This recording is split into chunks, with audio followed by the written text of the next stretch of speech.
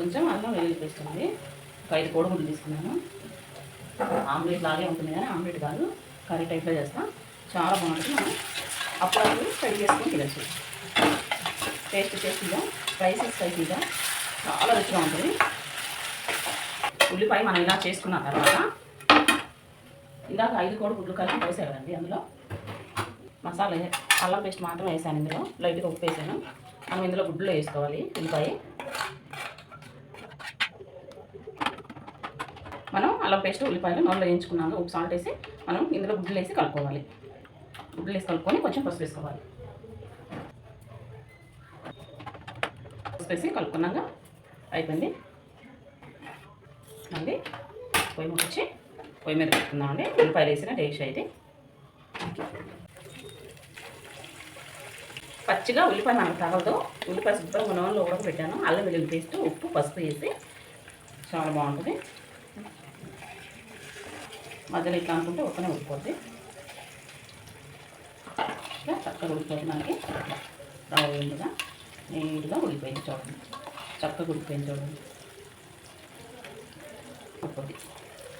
చూడండి ఎంత బాగా రెడీ అయిందో. అట్లా ఇంకేమైనా పచ్చింది అనుకున్నప్పుడు మనం ఇట్లా అనుకుంటే అయిపోతుంది. ఇంకేమైనా పచ్చిందా, మధ్యలో ఉడికిందా లేదా, మందమైందా, పలసగా ఉందా, మనకి ఉడికిందా లేదా అనేది చూసుకోవాలంటే.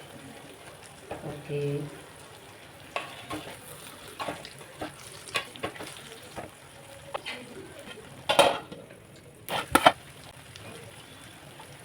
మనం ఇందాక చూపించాలి కదండి, మనం కలిపి పెట్టుకున్న ఉప్పు, కారం, ధనియాల పొడి, జీలకర్ర పొడి, మరి గరం మసాలా, ఉప్పు అన్నీ వేసి పెట్టుకున్నాక మనం ఫ్రై చేసుకోవాలి. మనకి మొత్తం కలిసిపోవాలి. ఇప్పుడు మనం తిప్పి వేసుకుంటాం కదా, సరిపోతుంది.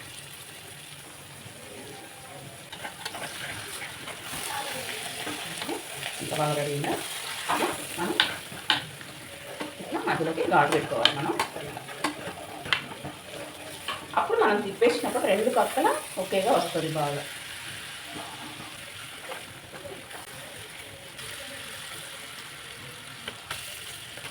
ఉప్పు కారం వేసాం కదండి, అన్ని కలిసిపోయినాయిగా. ఇప్పుడు మనకి బాగుంటుంది. సిమ్లో పెట్టుకొని ఒక 5 నిమిషాలు సిమ్లో పెట్టుకోవాలి. మనం 5 నిమిషాలు అయితే అయిపోద్ది. 5 నిమిషాలు అయిందండి, రెడీ అయింది. మనం ఆకుని పెట్టుకున్నాండి.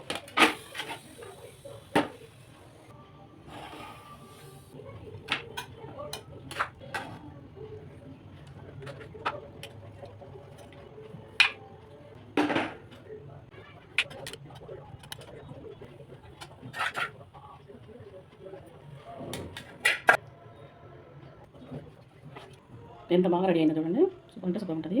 కడుపు నిండా తినేచ్చు వేడి వేడి అన్నాలకి.